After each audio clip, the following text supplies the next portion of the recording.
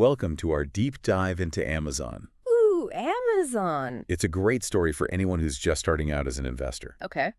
because it's wild. Wild how? We're talking about a company that started selling books online. Right from a garage. Yeah, from a garage. Yeah. And somehow morphed into Everything. practically everything. Yeah, they sell it all. But it hasn't always been smooth sailing. I bet.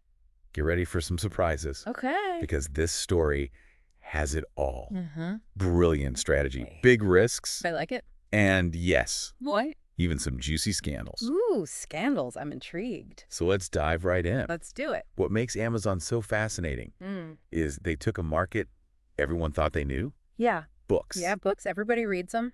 and completely flipped the script. They did. And this wasn't just a lucky break. Okay. Jeff Bezos, Yeah, Amazon's founder. Amazon's founder, Yep. had a vision, Uh-huh. and it was a game changer. It was. We have to talk about Bezos' philosophy Okay. because it's practically a textbook for investors. Right. He was obsessed with the customer experience Okay. and set out to create a company that put customers first. That's a good goal. He even said he wanted to set a new standard for the entire planet. Wow, that's ambitious. We've got some of his early writings here, Okay. and it really makes you think, What's that? was this guy a genuine customer champion or just a really, really clever businessman? That is the question, isn't it? What do you think? Well, regardless of his motivations, Okay. one thing is clear from his early statements. Yeah. Bezos was a long-term thinker. Okay. He was perfectly willing to take criticism Mm-hmm. and even losses Right. if it meant achieving his vision. That's a big deal.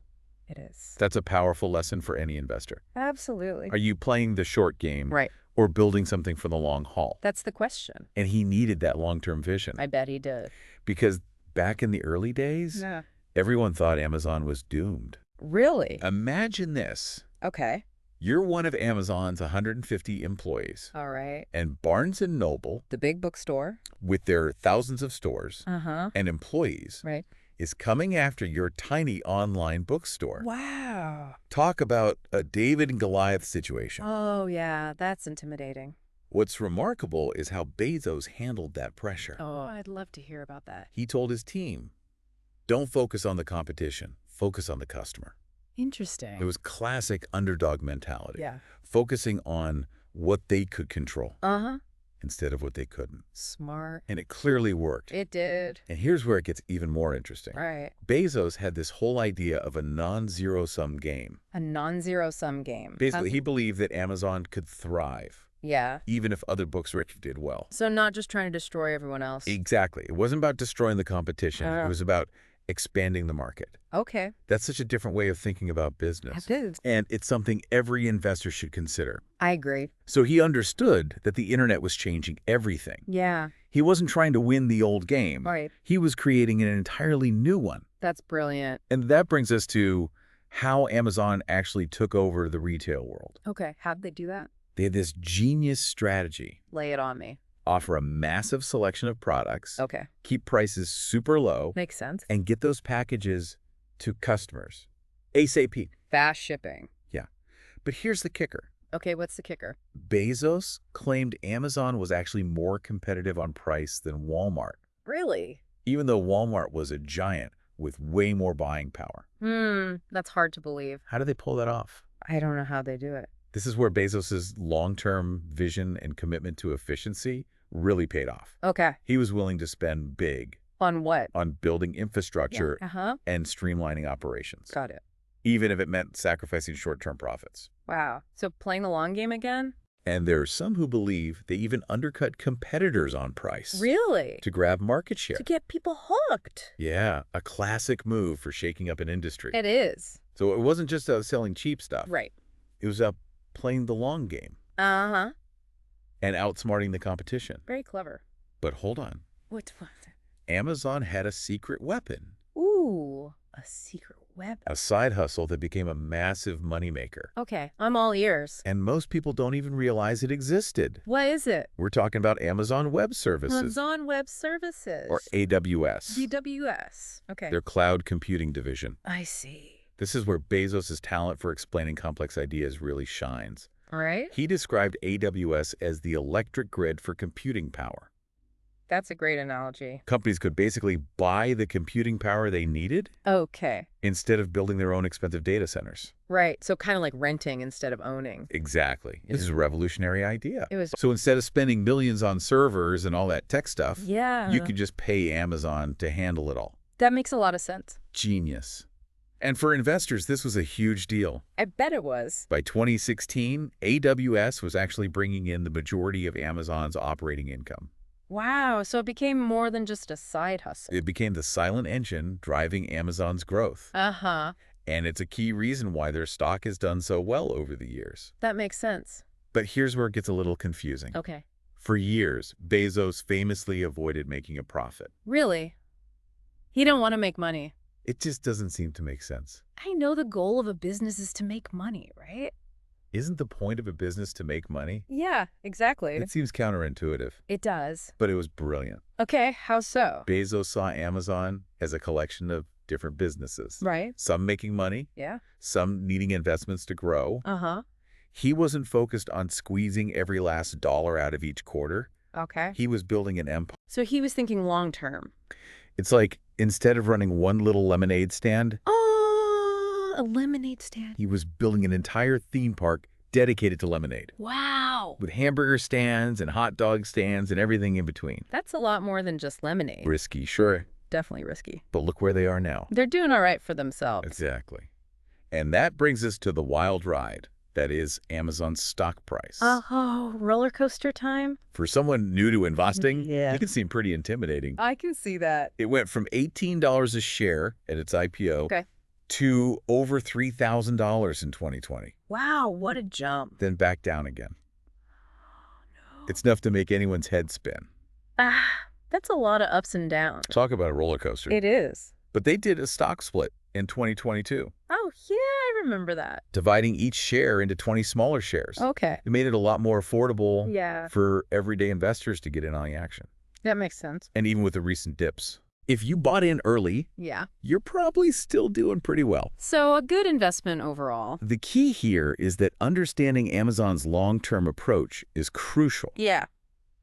If you want to navigate the ups and downs of their stock, Okay. you have to be comfortable with the volatility Right. and focus on the fundamentals of the business, not just the day-to-day price fluctuations. Good advice. Okay, so we've got this brilliant strategy, Yeah. this willingness to take risks. Uh-huh.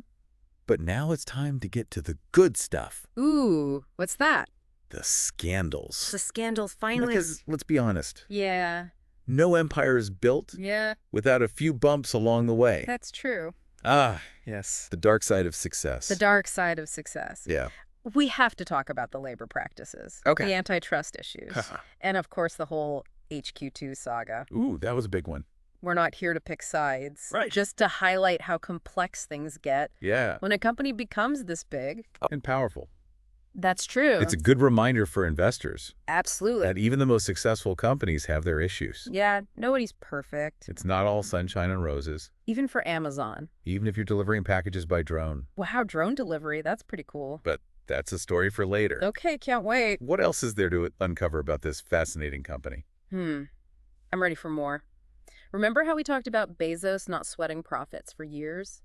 Yeah. Well, that was partly because he was building this incredible thing called the flywheel effect. The flywheel effect. Okay, it's basically this cycle of growth Uh-huh. where each part of the business makes the other part stronger. Okay, flywheel effect. That sounds a little complicated. It's not that bad.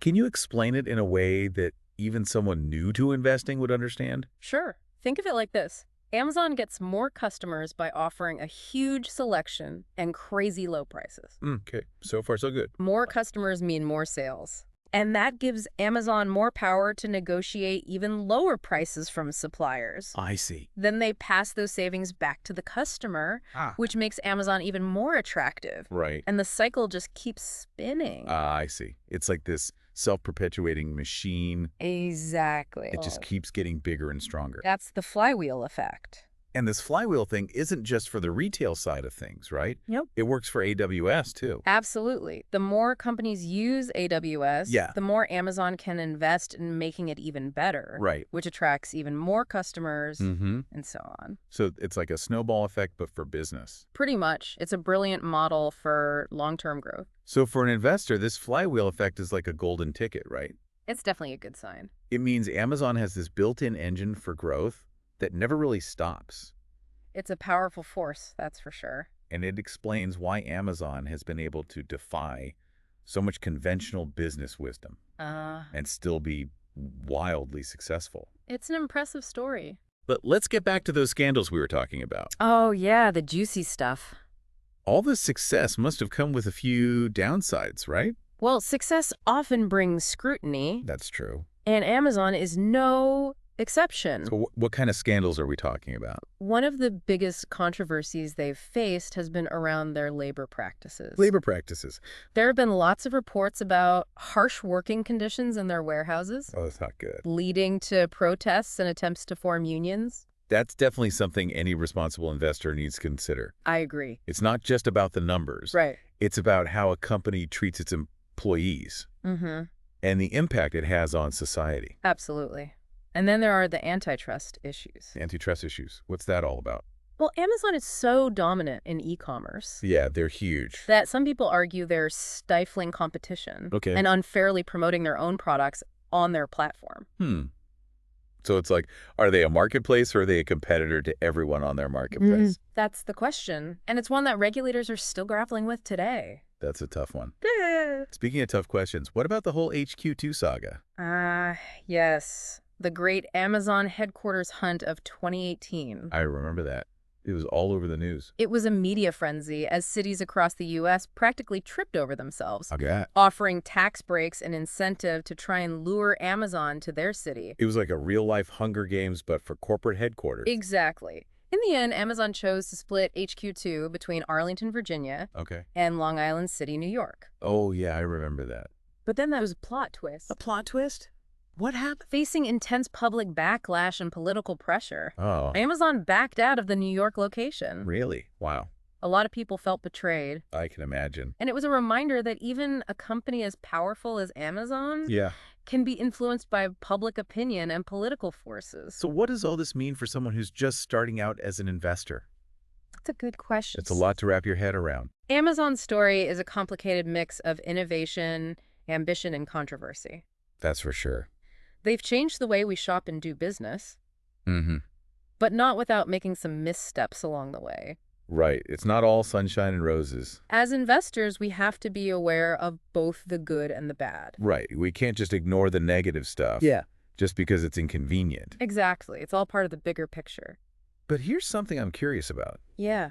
Even with all these scandals, Yeah. Amazon stock has remained pretty resilient. It has. Why is that? That's a great question.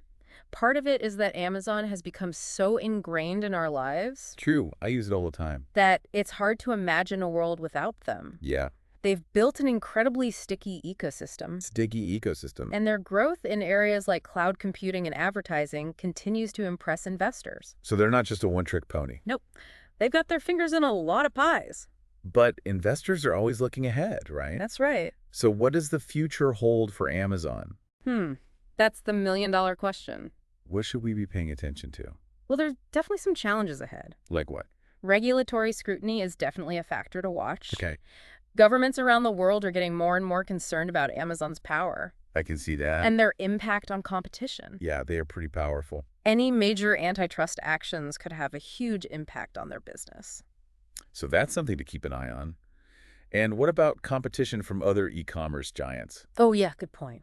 like Alibaba and Walmart? Right. They're big players, too. They're not just going to sit back and let Amazon rule the world, are they? Definitely not. The Yeah. world of e-commerce is constantly shifting. Yeah, it's a fast-paced industry. And Amazon is facing more and more pressure Uh-huh. from both the big players and new startups. So they can't rest on their laurels? Nope. They'll need to keep innovating and finding ways to stand out from the crowd if they want to stay on top. It's like this epic battle for online domination. But I have a feeling Amazon will be a force to be reckoned with for a long time. I think so too. They've built an incredible empire after all. And here's one final thought for our listeners. Okay, I'm listening. As Amazon keeps growing and expanding into new areas like healthcare and artificial intelligence, Right, they're always expanding. how will their focus on the customer change? That's an interesting question. Will they be able to maintain that same level of obsession as they become even more integrated into our lives? It makes you wonder. That's something to consider as we watch Amazon's next chapter unfold. So, the story continues. It always does. Okay, spill the beans. What haven't we talked about yet? It all comes back to Bezos's original vision. Customer obsession. Yeah, but Amazon doesn't just talk about it. What do they do? They measure it. They measure it. Okay. They have this really interesting concept that the customer experience flywheel. More flywheels. I'm starting to see a pattern here. It's all about the customer experience. Okay, so how does that work? It's based on this idea that when customers have a good experience, they come back for more. Makes sense. That leads to more traffic, more sales, which gives Amazon more resources to offer even more selection and lower prices, Right. which makes the customer experience even better. And so on and so on. Exactly. Yeah. It's a beautiful cycle of positive reinforcement. So they're constantly trying to up their game for the customer, Yep, which in turn makes their business even stronger. Makes sense. it does. But how do they actually track this customer experience? It's not like they can call up every single customer and ask, so how happy are you? Well, they do gather a ton of data From what? from customer reviews, delivery times, Okay. even how long people spend browsing their website. I see. But they also have this internal metric Uh-huh. called customer lifetime value. Ooh, customer lifetime value. That sounds serious. What is that exactly? It's a way of measuring how much revenue a customer is likely to generate for Amazon over their entire relationship with the company. It takes into account things like their past purchases, how often they use Amazon's various services, Right. and even their potential to bring in new customers through referrals. So it's not just about making a single sale. Right. It's about building these long-lasting relationships with customers Exactly. and figuring out how to maximize their value over time. That's right. That's pretty smart, actually. It's a core part of Amazon's strategy. So they're playing the long game, They are. building a loyal customer base that will keep coming back for more. And that's something any investor should appreciate. Yeah, it's like instead of just selling you that lemonade, Uh-huh. they want to be your go-to lemonade stand for life. Exactly. They want you coming back for refills, maybe a cookie, a hat, the whole shebang, They want you to be a customer for life. and they're willing to invest a lot to make that happen. They are. That's why they're always innovating and branching out into new markets. They're constantly searching for ways to add value for their customers and make those relationships even stronger. That's the key to their success. Wow. We've covered so much ground in this deep dive. We have. Bezos's vision, the flywheel effect, those headline-grabbing scandals, It's been a wild ride. the stock market roller coaster, and now this customer experience flywheel. It's been quite a journey. It has. But for someone who's new to the world of investing, Yeah. what's the main takeaway from all of this? I think the main takeaway is that Amazon is a company that's always evolving. Yeah, they never stand still. They've definitely had their share of controversies. That's true. But they also have a proven track record of innovation and putting the customer first. And that's what makes them so successful. Exactly. And that's something any investor should find appealing. But investing in Amazon isn't exactly a walk in the park, right? It's not for the faint of heart. Their stock can be all over the place. It can be volatile. And there's always a chance that something could come along and disrupt their whole business model. That's the risk you take with any investment. So it's not a guaranteed win. Nothing is guaranteed in the stock market. But if you believe in Amazon's long-term vision and their ability to adapt to change, Then it could be a smart addition to your portfolio. so what should we be keeping an eye on moving forward? What are the big things that could impact Amazon's success? Well, regulatory scrutiny is definitely a factor to watch. What do you mean? Governments around the world are getting more and more concerned about Amazon's power Right. and their impact on competition. They are a pretty powerful company. Any major antitrust actions could have a huge impact on their business. So that's something to keep an eye on. And what about competition? Competition is always a factor. From other e-commerce giants like Alibaba and Walmart? Yeah, they're not going away. They're not just going to sit back and let Amazon rule the world, are they? Definitely not. The Huh. e-commerce landscape is constantly changing. So Amazon will need to stay on their toes. They'll need to keep innovating to stay ahead of the game. It's like a constant battle for online supremacy. It is. But I have a feeling Amazon will be a major player for a long time to come. I think so, too. They've built incredible business. And here's one final thought for our listeners today. Okay.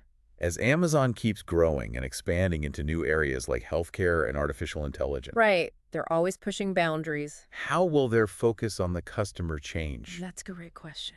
Will they be able to maintain that same level of obsession as they become even more integrated into our lives? It's something to think about. That's a really interesting question to consider as we watch Amazon's next chapter unfold. It is. It'll be fascinating to see what they do next. Well, that's all the time we have for today's deep dive into Amazon. It's been a wild ride, It has. from humble beginnings to global domination. And everything in between. We've covered a lot of ground, but there's always more to learn. That's the beauty of it. So keep exploring, keep learning, And keep investing. and we'll see you next time for another deep dive. Sounds good.